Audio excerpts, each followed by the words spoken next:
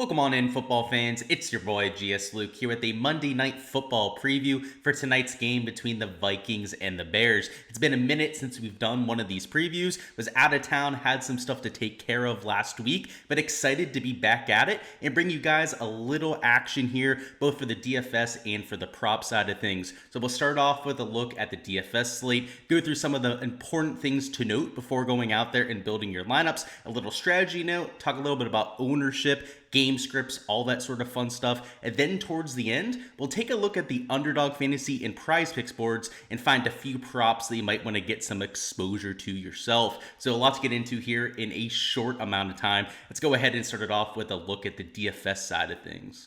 It's probably best to start off with our important piece of injury news, which of course is Justin Jefferson not playing in tonight's matchup. That was expected, I'd say, in most NFL circles. I don't think there was that much optimism that he'd be suiting up tonight, but for whatever reason, Draftkings certainly thought he'd play because they had him at the top of the price tag. I believe a $12,000 price tag for tonight's slate. And not only is he not playing, and we don't have to worry right about that 12K player, it's had a huge impact on the rest of the pricing. So most notably, players like Justin Fields, DJ Moore are actually at the top of the pricing now, despite being slate underdogs. And then you got Josh Dobbs, Hawkinson, Addison, right down there in the 8-9K range that are seemingly underpriced, right? If you had Justin Jefferson in, that's the kind of price tag you'd expect to pay for an Addison or Hawkinson. But now that they're the number one and number two wide receivers on that team, right now they're slightly underpriced. So not only do we have better value over there on the Vikings side, but they're also slightly favored with the spread. So when you're looking at these large field contests tonight, just know that the Vikings are going to be extremely popular.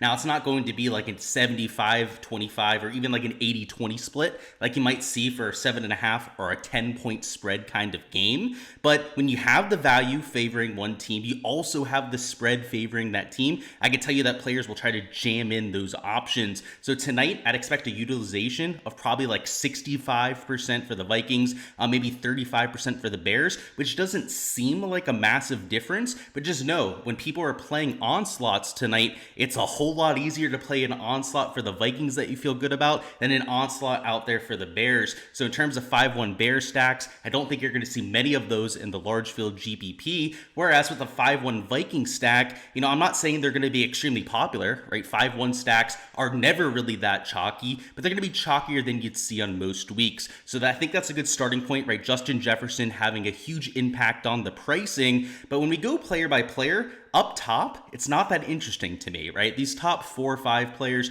let's say from Addison up to Fields, all of them fit certain game scripts. They're all guys that you're going to want to fit into lineups probably as much as humanly possible. Where you're going to win the GPP this week is in that mid and lower tier range. So we'll focus there, right? These top 5 players, like I said, play them when the script makes sense, but you're not here for fantasy advice about why to play Justin Fields tonight, right? Or DJ Moore, so on and so forth. The one thing I will say is that some of my favorite captains would be like a Fields, Hawkinson and Addison, right, are players I'd be mixing in at the captain spot. But outside of that, not really all that much we got to talk about up there. But in this mid-tier range, right, is where you're going to win or lose the GPP. You've got Madison up there, Ty Chandler, who will be the backup because of Cam Akers being out. Both of them are going to get quite a few carries, quite a bit of attention from those people playing Viking stacks. And then you got Khalil Herbert, the starter for the Bears this week, who was expected to share some snaps out there with Donta Foreman, but Foreman has been rolled out, so Herbert going to be your running back 1 out there for Chicago. And then down here, Roschon Johnson is back to the number 2 role, right? Pretty much the entire year has been that number 2 running back for the Bears. Early on was the backup to Khalil Herbert. Obviously, Herbert got hurt and they brought in Foreman. Foreman took over that starting role, and Johnson, right, was still the backup running back. Well, now that you got Herbert back and Foreman, out, right, with the injury, it's the same exact situation. So I know a lot of people might point to this running back situation and say that a lot has changed. Really, nothing has changed, right? He's had the same exact role for every single game this year, which is why his projection and really the ownership isn't getting too out of hand, right? You may have a few fish that think that he's a better play tonight because of the scenario. Reality is, right, it's the same scenario he's been in all year. And he really, outside of one game, I believe it was week 2 of the NFL season, has not had a ceiling performance. So Roschon Johnson, I took a few shots on him earlier in the year. An okay value play on this kind of slate, right? Not one that I'm running to the window to play. The value play du jour that everyone is going to get to, and the one that you're going to have to be a little bit careful of when you're playing in GPPs, at least when it comes to the ownership angle, is Brandon Powell, right? Brandon Powell, $2,000. Obviously, with Justin Jefferson out, is going to be playing a lot of those snaps, has played a lot of the snaps over the last month or so with Justin Jefferson out. You still have KJ Osborne, who's technically the number 2 wide receiver, but the Vikings tend to run a lot of 3 wide receiver sets. When they're not running 3 wide receiver sets, they will rotate Osborne and Powell in the game, and Powell is only $2,000, right? If had Justin Jefferson in the game here, that would be not really that solid value, right? You might play like 10-20% of snaps, but now that Justin Jefferson is out, could easily be a 5 or 6K sort of wide receiver. So you're getting maybe 3 times lower a price tag than you should, and the ownership, like I said, you got to be a little bit careful about it. He's still only 22% owned, right? He's still only 2% owned at the captain spot. I probably wouldn't play him at captain. I don't know if he has that kind of upside, but at the flex spot, playing him in 40, maybe even 45% of lineups is pretty realistic for this sort of affair. So that's an ownership number that I'm going to be closely monitoring today. As long as he stays below like the 33% mark, I'll probably feel pretty confident about getting to Brandon Powell. So, if he's 40% owned by the time we get to lock, then maybe it's a conversation we have to talk about when it comes to the ownership and a potential fade. But as of right now, still all systems go for going out there and playing Brandon Powell.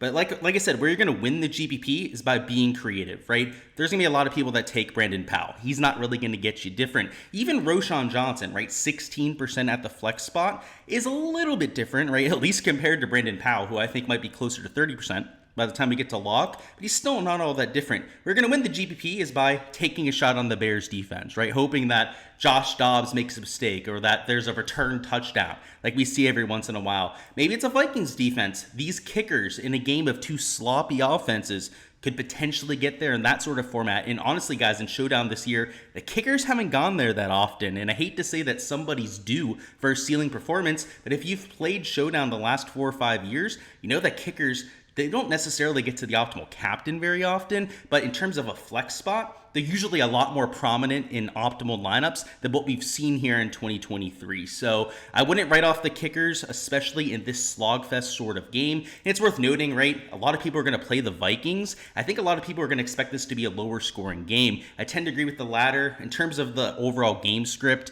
I don't necessarily disagree, right, with the Vikings being the favorites here. It's just that I think it's close to a 50-50, right? In terms of my exposure tonight, I'm going to be taking more shots on the Bears side of things just for the game theory angle, right? This is a 3-point spread. You have 2 NFL teams that are competitive. You have Justin Fields on one side, who's let's say unpredictable to say the very least, and then going against a player that was a backup quarterback right at the beginning of this season. So it's hard to really have confidence in either side. And if everyone's going to rotate and rally behind this Vikings side, well, an easy way to get different and to attack the large field contest tonight, the way that I'm doing it, right, is just to play more of the Bears side. If the public is going to go out there, play a 65-35 split between the 2 teams, then I'll flip it on its head, right? I'll play 65% of the Bears out there and go with like a 35% exposure to the Vikings. In terms of your price tag, you are getting slightly lower points per dollar value.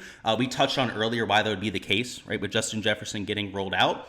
But in large field GPPs, you can eat that kind of thing and attack it, right? I mean, in large field GPPs, you're building lineups with a huge negative EV, right? I mean, those contests have some of the highest rake. You're playing against 200, 300,000 other people. If there's a format to go out there and really go for it tonight, especially with such an unpredictable game, right? It's the take the bear approach in those kind of contests. So that would be my recommendation for GPPs. In terms of your middle tier range, right? Even in outside sort of game scripts, you're still going to play a lot of these top 5 players, right? Let's say you're favoring the Bears side. Maybe it's a little bit more Fields and DJ Moore, right, than some of the guys like a Dobbs, Hawkinson, and Addison.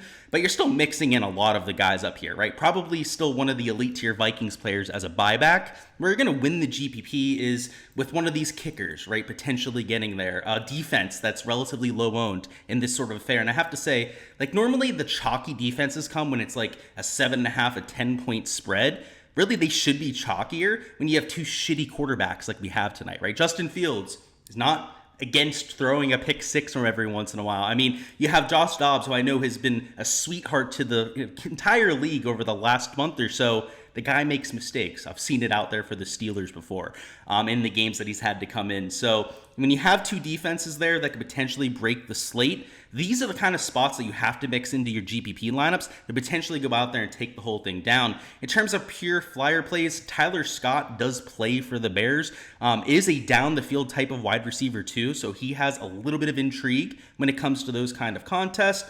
Johnny Munt, he's more of a blocking kind of player for the Vikings, but does get a few snaps. CJ Ham does get a few snaps for the Vikings, but once again, doesn't really do much with them. Mercedes Lewis, same thing for the Bears, right? Backup tight end. Actually, I think third string tight end out there for the Bears. Not really somebody that you feel all that confident getting to. So if you need a pure punt, right, you need to spend up for a bunch of those, spend up options with the other 4 or 5 spots. And I could see getting to somebody like a Mercedes, even like a Travis Homer, if he's active tonight, would be I believe, running back number 3 out there for the Bears. You could take these sort of players, but I slightly prefer the more expensive options, right? Like I said, this middle tier range feels like where you're going to win the GPP this week. It doesn't feel like one of these flyers is going to get there, right? Maybe it's a Tyler Scott long play, right? Maybe it's a Robert Tonyan backup tight end touchdown. That shit happens from time to time. My gut's telling me, especially on this kind of slate, on this low scoring of a game, that's going to be one of these like special team sort of players. It's going to be a kicker. It's going to be a defense that ends up getting there. Maybe backup tight end for the Vikings, right? Josh Oliver, who actually saw quite a few targets last week, that ends up going out there and breaking the slate. Up top, fit in as many studs as you possibly can, and then get bold in the middle. That would be my recommendations for tonight. All right, and now for some prop action. So over here on Underdog, unfortunately did have my top prop on the slate bumped, but still 2 props that I'm comfortable getting to that will go over right now. So first off, the prop that got bumped, it was Addison over 3.5 receptions. He was on books at about -130, -140 odds to start the morning. Of course, with Justin Jefferson out, you've started to see some action come in on Jordan Addison, as you'd expect, right, at that kind of projection. I know it's a sloppy game and all that, but 3.5 receptions for your number 1 wide receiver felt like a huge mistake, right? They had Hawkinson at 5 receptions for a reason. I'd say that Addison, Hawkinson are like a 1A, a 1B out there for the Vikings. You should definitely have Addison at least 4 receptions, if not 4.5. So I had that over. That ended up getting bumped up to 4. Now we're going with this receiving yard prop, which I don't feel nearly as good about, right? That 3.5 line felt like a huge mistake, but still, even at this point, I would probably get exposure to Jordan Addison. And I do think that before lock, he will be at least bumped 2, maybe 3 yards at this point. May even be up there at like 50 yards by the time we get to lock. A lot of that late action, right, will come in on players like an Addison, right, number 1 wide receiver, right, with somebody like a Justin Jefferson out. So yeah, if you're going to lock in anything right now over there on Underdog, I would like to take that Jordan Addison over on receiving yards. The other prop that hasn't been bumped yet, which honestly out of the two would probably be my favorite at this point, would be this over on Cole Kmet receiving yards. He's at 39.5 over there on FanDuel. Is a player that is seemingly the number 2 wide receiver over there on the Bears. You've got DJ Moore, who's the clear alpha dog, but in terms of the middle of the field, the shorter targets, a lot of those have gone to Cole Kmet. And I know last week he only had 4 targets, about 30 receiving yards. Before that, he's been cruising over that line, right? Whether it was Agent out there throwing the ball, whether it was Justin Fields at the beginning of the year, pretty much every quarterback for this team has been looking for Kmet early and often. And in fact, in terms of targets, isn't that far behind a DJ Moore when it comes to attention. So I like him there at 36.5 receiving yards. He's at 37.5 on Prize Picks, as we'll see here in just a second. But once again, a prop that I'm willing to take the over on. A lot of, even in a sloppy game, right? Like these 2 players, they're possession sort of players. In a sloppy game of 2 inefficient offenses, I have a hard time taking some of those deep play threats. The guys I'm looking for are the guys that are going to catch those slants, right? Try and move the chains for these teams. I don't think you're going to see a lot of scoring. I don't think you're going to see a whole lot of first downs to begin with. But when you see them, I think it's very likely to be a Cole Kmet or a Jordan Addison that's getting the job done. So 2 props to be willing to take at this point. Now let's cycle over to Prize Picks and bring you 2 props on that side. And just like we had on Underdog, we had a bump over there on Prize Picks. So Jordan Addison was at 3.5 receptions. That, of course, was bumped up. And his receiving yard prop is actually a little bit higher over here, too. And you can see Cole Kmet is also an entire yard higher. When I ended up taking him, he was down there at 3.5 receptions. I did end up taking Cole Kmet at 37.5 a little bit earlier today. But at this stage, why play on Prize Picks when you can play an underdog, right? Get the same payout and get slightly better lines. So just wanted to point out that the Jordan Addison prop has already been bumped up to 47.5 over here on Prize Picks. And don't be surprised if that happens, or even more bumps on top of this 47.5 happen by the time we get to lock. So definitely over there in underdog is the place to get the value as of now. If you're somebody that only plays on Prize Picks, I wouldn't be against this sort of card. I definitely would favor the over on both players. It's just that, out of principle, you should probably be trying to get the best value that you can. And at least to my knowledge, every state that has underdog also has Prize Picks. Might not be every single, but I know it's probably 80-90% of them have that crossover. So check that out if you guys are looking for that. If you were going to take overs on receiving yard reception props, right, both of them have been bumped to even numbers at this point. You probably stay away. On sportsbooks, you're able to get both of them at 3.5 still. When I got them this morning, I bet them over on sportsbooks too. I was able to get them at minus 130 odds, which if you pair up two minus 130 odd props together in a single game parlay, it actually pays more than a 3x payout. So once again, I would probably stay away from some of these bumps. Just keep an eye on the sportsbook odds, right? Try and find some of the value as you start to see action come in throughout the day. That'd be my recommendation, right? At least for Prize Picks. Over there in Underdog, we have value that can go out there and attack. It's just I wouldn't try and force in those props specifically over on this site right now. Alrighty guys, that is all I've got for the breakdown this week. Obviously, it's a little frustrating when props get bumped while I'm recording the previews, but still want to make sure you guys have all that knowledge for DFS and have an idea of how I'm attacking the prop board. Of course, guys, if you want to catch all of the props before they bump, I post everything over there on my Patreon page, so check it out in the description of the video if you want to get access to all of that. I post my spreadsheets on there, so all the different projections you see, both for DFS and for props, you'll see all of those over there on the Patreon page.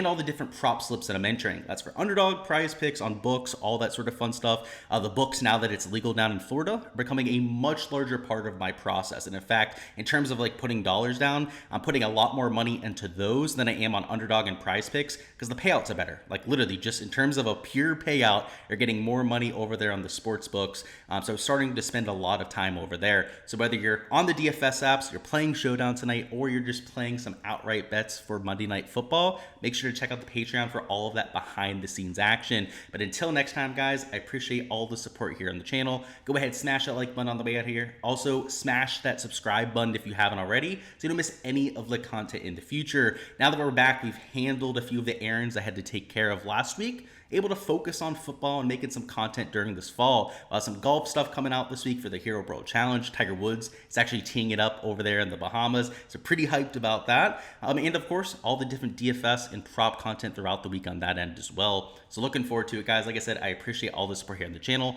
Best of luck with all of those lineups tonight, and maybe find a few of our names towards the top of those GPPs, and hopefully can cash out some green over there on the prop side too.